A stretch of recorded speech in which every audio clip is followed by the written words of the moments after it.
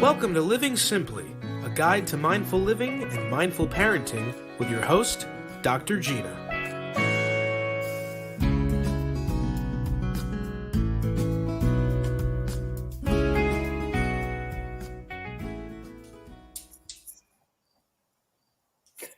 Hello, everybody, and welcome to Living Simply with Dr. Gina Madrigrano. That is Dr. Gina. My name is Ben. I'm the producer of the show. Gina, how are you? It's reversed. You gotta go. How are you? Fabulous, Ben. How are you? I'm wonderful, thank you. So if you're watching this live, which, by the way, if you're listening to this later on Inside Timer or on the podcast, wherever you might listen to it, you can watch these live every Monday night at 6 p.m. Eastern Time. And today is Labor Day, which I just found out is the same as Labor Day in Canada. So that's pretty cool.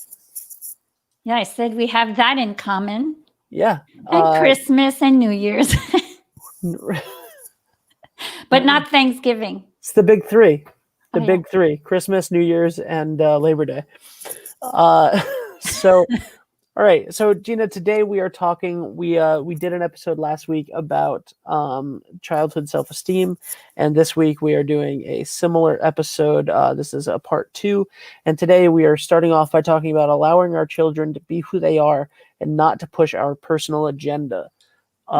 So, give me an overview on that. Yeah, so I wanted to do self-esteem in 2 parts because there's so much we can talk about. And some people I know are listening to the podcast and they showed an interest. So I decided, okay, let's push it. So the personal agenda thing I thought we could talk about because many parents project on their kids their unfulfilled dreams. And when I see parents in my consultations, often they're actually stressed out because kids aren't doing certain things. And when you look at it in the end, it's just because parents want kids to achieve certain milestones, whether it's at school, personal development, with other kids, sports, you name it, interests. And when they don't meet those markers, parents get freaked out. They're worried, what's wrong with my kid? Or my kid doesn't like this. What's wrong? They're scared of they'll miss out. So I thought it'd be a good topic because when you see the children, so not the parents' perspective, but the kids' perspective, it's very stressful for them and it really impacts their self-esteem. They develop the belief that they're not good enough, that they're disappointing their parents constantly. So I often work on that end with parents. So why do we do that to begin with? Why do we put our own hopes and ambitions and dreams on our children? I think part of it is a bit a lack of self-awareness, but also that's what people do. If you're still, depends how much work you've done on yourself. If you're still in, the rat race of, I need a house, a white picket fence, the car, 2.5 kids. By this age, my 3-year-old should be in ballet, because people look at externals. And like I said, they're markers of success in their opinion.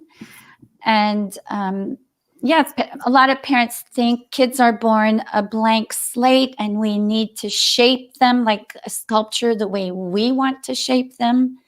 But there's very little control we have in the end over how our kids turn out if we want them to be happy and have healthy self-esteem. So I think many people maybe also live with regrets and they put their hopes into their kids. There's nothing wrong with that, because if your kid has the same interests as you do, awesome. You can encourage them.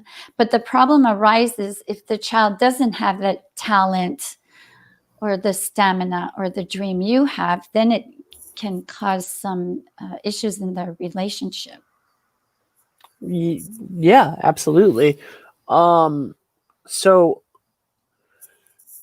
So, like, do you think that it's bad to have, because in some ways, like, right, you want to expose the child to a litany of things. You know what I mean? You want to give them as much opportunities as possible. You want to put them in a dance class to see if they like dance. You want to have them play, baseball or softball, because you want to see how they like sports.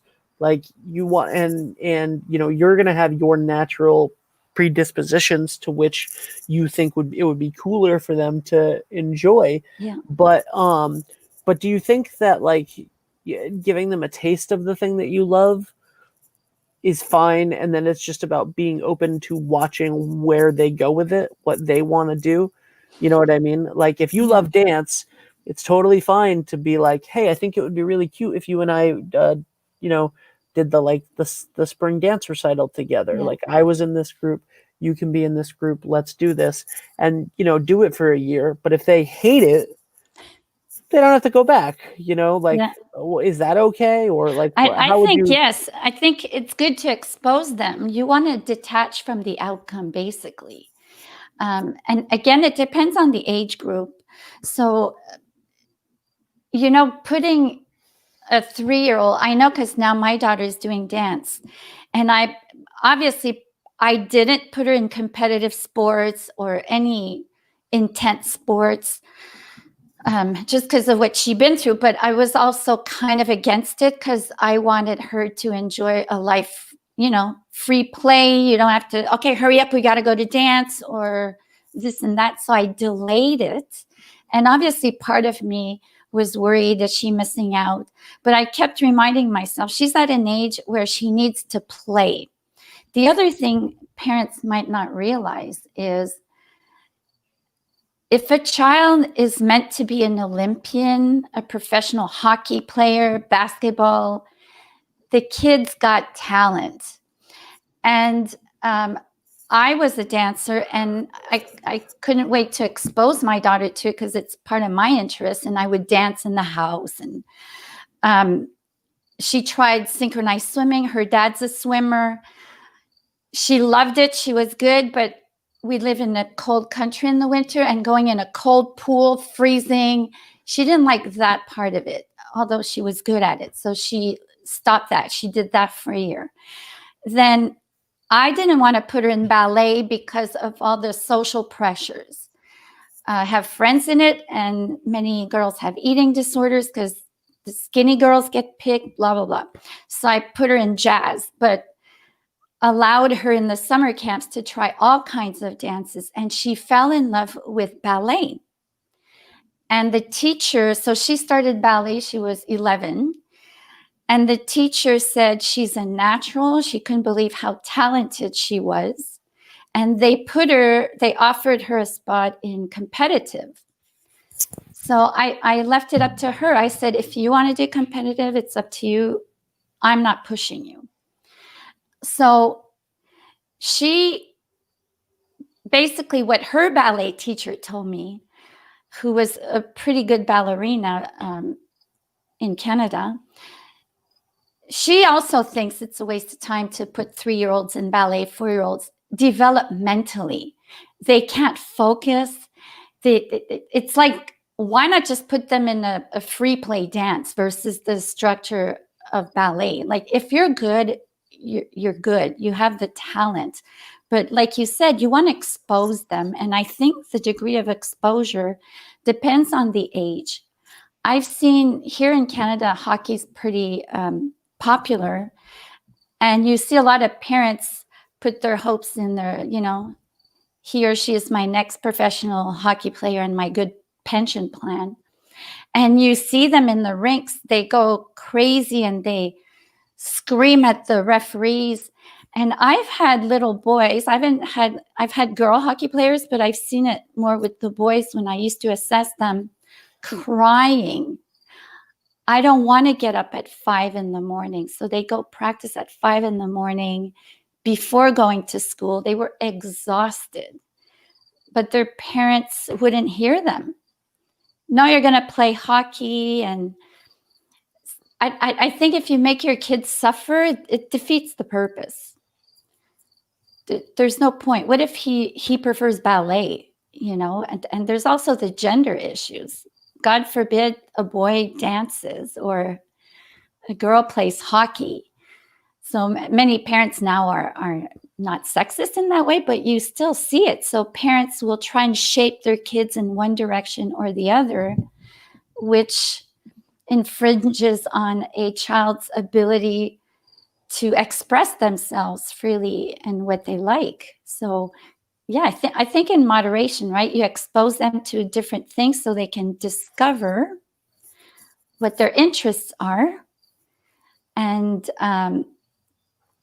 not be attached how they turn out, if they're good or not, if they like it or not, and just observe, see how they like it. And I think the less you put pressure on them, the more the real side of them will show up. Yeah, I think, from my personal experience, I was in football from age 6 to with a gap, but I was in football from age 6 to age 15 or 16, and I played it up until 10th grade, and then in the spring of 10th grade, my one of the English teachers, we were doing Fiddler on the Roof, and the school was doing Fiddler on the Roof, and they need like the Russian army, and they didn't have a lot of guys in theater. So she was like, I'm going to talk to all of my kids that are on the football team, and I'm going to get them to be my army. And she convinced one kid who would like do anything, and he got 3 of his friends, and I was one of them. And I was like, I love this. All of the other kids that were from the football team like were handed parts, and they were like, I don't want to read, I don't want to sing. And I was like, I'll take it. And then that summer, and I was like, I'm doing theater, like I want to do this play. And my parents were fine with it. And then in the summer, I was like, Dad, I'm not going back to football. They're doing a play, and I had so much anticipation of the fact that I needed to, like rationalize it. You know what I mean? I was like, it looks good on a resume. Yeah, yeah. It looks good on a resume. It's good for this. I'm going to be playing Teddy Roosevelt, and you love history, Dad. So on and so forth. And he was like, no, it's fine. Like, go do theater. And I did, and it was great. But they allowed me to do what I wanted to do, and they were supportive. Yeah. And that made all of I went to school in New York for theater, and I started my own theater company, and I'm still doing producing and stuff. So but that all was because they didn't, try to force me into a narrative that was something other than what I wanted, which was nice. And I loved football, but as soon as I wanted to be in the play in 4th grade, not 10th grade. I wanted to be in 4th grade, but I was too shy. Mm-hmm. So when it was kind of forced on me in 10th grade, I was like, oh, this is my first opportunity. I'm going to take this and run with it. And they were always super positive about it, which was really nice. And it allowed you to blossom. It did. Yeah. And they didn't, but, so that was really awesome. I think, what about when you have something like, you see this a lot where like athletes have kids that then become athletes in their sport, or entrepreneurs have kids that grow up and they're in the family business, or like actors or musicians have kids that grow up and they want to emulate. Like, is it a dangerous situation of like, do they want to emulate the parents, or is that the only thing that they were ever pushed to do? Well, I think if you parent with presence, and your kid doesn't grow up to be a people pleaser, meaning mom or dad will only like me if I'm like them. If authentically they're like, wow, daddy or mommy is an actor, it looks like fun, I love it, I don't think there's anything wrong with it. Just like my parents were business owners, and I've worked for employers, and I'm unemployable. I work better for myself. I think like a leader, an entrepreneur. I'm not a good follower. So it's also what you've learned, what you see, what you're exposed to, I think. So yeah, I think if the child has the same interests as the parent, and if the parent fosters it and doesn't judge it and is truly present and exposes the child to different things, I don't think there's an issue. I've heard many actors who discourage their kids from being in the entertainment business. Just like you could discourage kids, but in the end it's your choice. But here are the pitfalls. Here are the struggles. So in the end, you do what you want. Right. Yeah. Now there's a second aspect that we wanted to talk about today. And that one is giving our children a voice and truly listening to what they have to say. So, I mean, I guess that it's in line with what we were just talking about, but like when you give them a voice and it's really important to listen, how do you know, like, how do you foster a relationship with the child where they can tell you that you're not listening to them? Right? Because I feel like you can get really unconscious with it and shut out the kid and like, why is it this way? Because I said so. Yeah. You know, so how do you foster that that seems like a tough road to go. Well, it's the difference between authoritarian parenting, so top down, because I said so and I draw the line and I don't need to explain to you why I do what I do, and authoritative parenting, where there is the back and forth. You're still the authority. You still have the last word on things, but you're more open to having a conversation that's obviously adapted to the age of the child. And the way I tell parents is, when you make certain choices or you have certain requests, explain the reason behind it, the value behind it, because they're more likely to play into what you ask them if they understand why they need to do it. This is why you need to do it this way because there's a certain reason behind it. And then it's like, oh, okay, it makes sense, versus just do it because I said so. And if you foster a relationship of mutual respect, so basically treat your child the way you would want to be treated. So if your child is talking to you, just listen. Don't make assumptions. Don't finish their thoughts for them. Don't take things personally. All the for agreements things, concepts.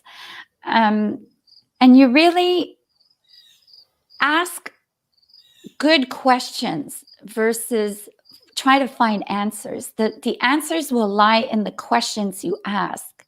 So if they don't like something, get in their heads, basically be curious, ask them, oh, what didn't you like about it? Versus, how come you don't like it? Every kid likes it. You just shut it down. You just said, you're not normal. All the other kids like it. So if you have open-ended questions without judgment and say, oh, I'm curious, tell me more. Then you get to see it from their point of view. You get to see things in their world.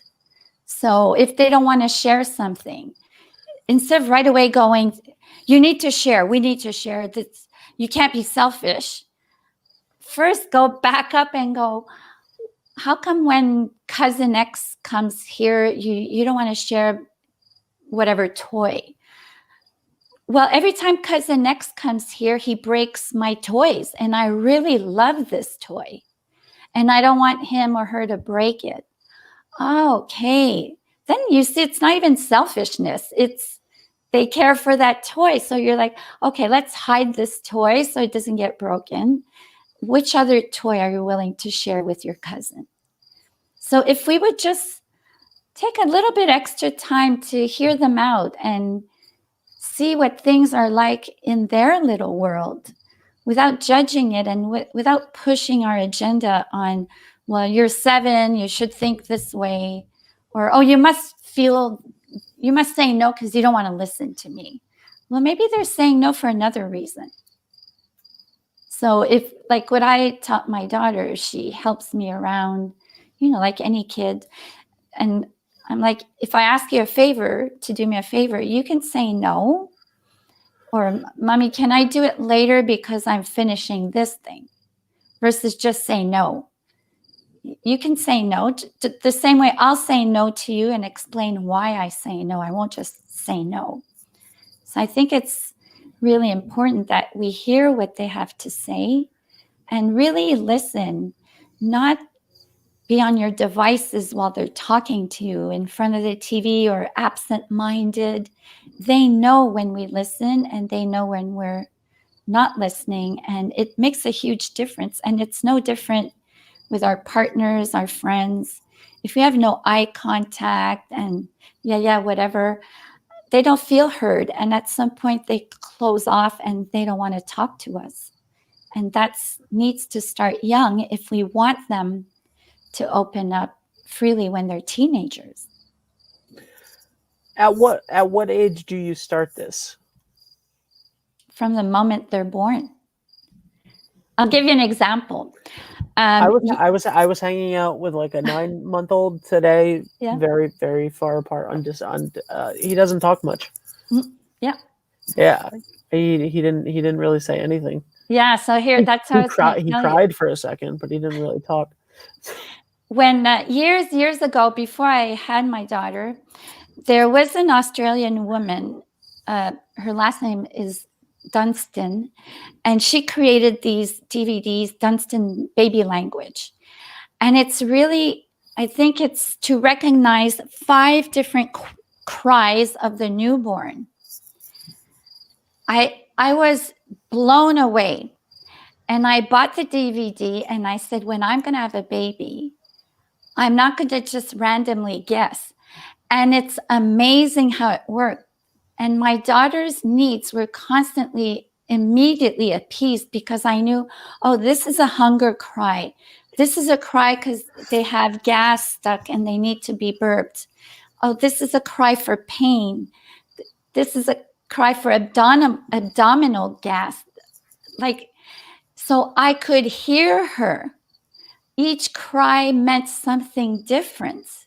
And then before language can come out, just like, I don't know about you for a second language, but it's a lot easier to understand a language than speak it. So I know in the US, a lot of people learn Spanish. Here, a lot of people learn French. And you could, if someone speaks Italian, I understand 1,000,000 times more than I can speak it. So it's the same for children. They understand language better than they can speak it. So the minute she was at least 4 months, I started teaching her sign language. And I learned that when I learned sign language and I worked with the deaf population. And I learned that from the age of 6 months, babies could communicate with their parents. I was blown away again. And I said, when I'm going to have a kid, I'm not going to wait till they're 2 and can speak. I will teach her the signs. And that's how she communicated with me. She couldn't speak, but it's easier to do the signs with your hands. So it starts with the cries and their body language. Then you evolve with sign language if you want to learn it.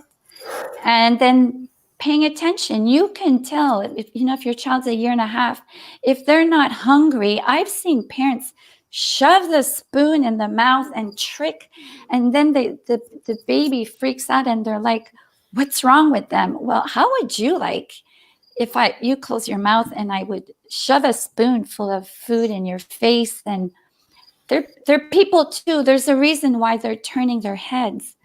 So we can listen even if there are no words, because it shows in their bodies, it shows in their faces. And I don't know if you've noticed, but since we're all wearing masks, I'm noticing I'm having people repeat, sorry, because I'm noticing I'm missing all the information from the facial expressions.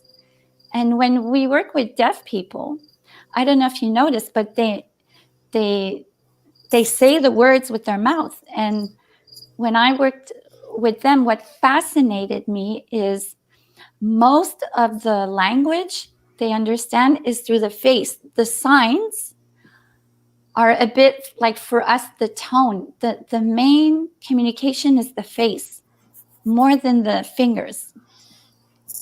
So we can do the same with children. We don't realize it, but the facial expressions and the body language, closed up, opened up, is where most of our language is communicated. I think 85% of communication is nonverbal, and only 15% is the message is said across words, using words. So vocabulary is not completely necessary to be able to listen. That's a beautiful. I'm glad that I asked that question, because that was a beautiful segment of this episode. Is there anything else that you want to touch on about childhood self-esteem and giving your child a voice before we start to wrap up? Well, I think if there's anything, the greatest gift we can give children, the greatest superpower we can give a child is self-esteem, because self-esteem is the foundation to success everywhere, at work, in your relationship, how you treat your own body, how you treat your own mind, how you treat other people. When people have healthy self-esteem, it impacts the rest of their lives, their worthiness, how they deal with money. So if you learn one thing as a parent, is learn how to foster healthy self-esteem. Awesome. So we end every episode with a moment of gratitude. Dr. Gina, can you tell us why we do that? Because when all else fails, there's always something to be grateful for. And when we realize what we're grateful for, we see our life in the end is pretty amazing. That is a beautiful sentiment. All right, I guess I have to go first this week because Crystal is not here. Yep. All right. I am grateful today for my yard. We sat outside on the front. We live on a dead end, and there's nothing in front of us except for woods and like a road. Like there's literally a dead end, and we're the only house on it, which is awesome. And we sat out in the front and hung out with some friends at a very far distance with masks on and stuff. But it was really awesome because I hadn't met. They had a baby in like Christmas, and I hadn't met the baby yet. And I got to wave hi and stuff today, and then now, even at like I thought right before we started this about how the sun is getting lower earlier, and I'm probably not going to be out here for the 6 o'clock shows very much longer. But it's really nice, and it's like cool breeze, and I really appreciate it. And I just really enjoy the yard and the property from this new house that we're at. Nice. So that's what I'm grateful for today. What are you grateful for, Gina? I thought of it today. I'm grateful for unanswered prayers. Yeah. I'm not going to go in details, but I realized I was just listening to a podcast with Caroline Mace, and it got me thinking of stuff. And you know how sometimes we wish for certain things and they don't turn out the way we wanted? And I was looking back on many, many times where my prayers weren't answered, and in the end, it was a blessing because something better came up. So I'm grateful for unanswered prayers. Yeah, me too. That's a great one. I love the song. I love that. No, it reminded me of a story. Last year I was at like a hometown football game, and I ran into this. That's the song. I'm just reading the lyrics to the song. I would play the song, but we would get kicked off of the internet. All right. So, Gina, where can people find you if they want to reach out for coaching services or they have questions or anything like that? drgina.ca and drmadragrano.com. Awesome. Thank you so much, Gina. I hope that you had a wonderful Labor Day. And obviously, my mom just sent me a text that said she's grateful for her wonderful son. Oh, Thanks, Mom. say hi to your mom for me. She is watching, so Hi, Mom. You just Hi, did it Ben's yourself. mom. All right. Thanks, guys. We'll see you next week. Again, if you're listening to this later on Inside Timer or on the podcast, check out the live episodes every Monday at 6 p.m. Eastern Time. Obviously, Crystal can't be here today, so I'll say bye for her. Bye, Gina. Thank you so much. Thanks, Ben. Bye.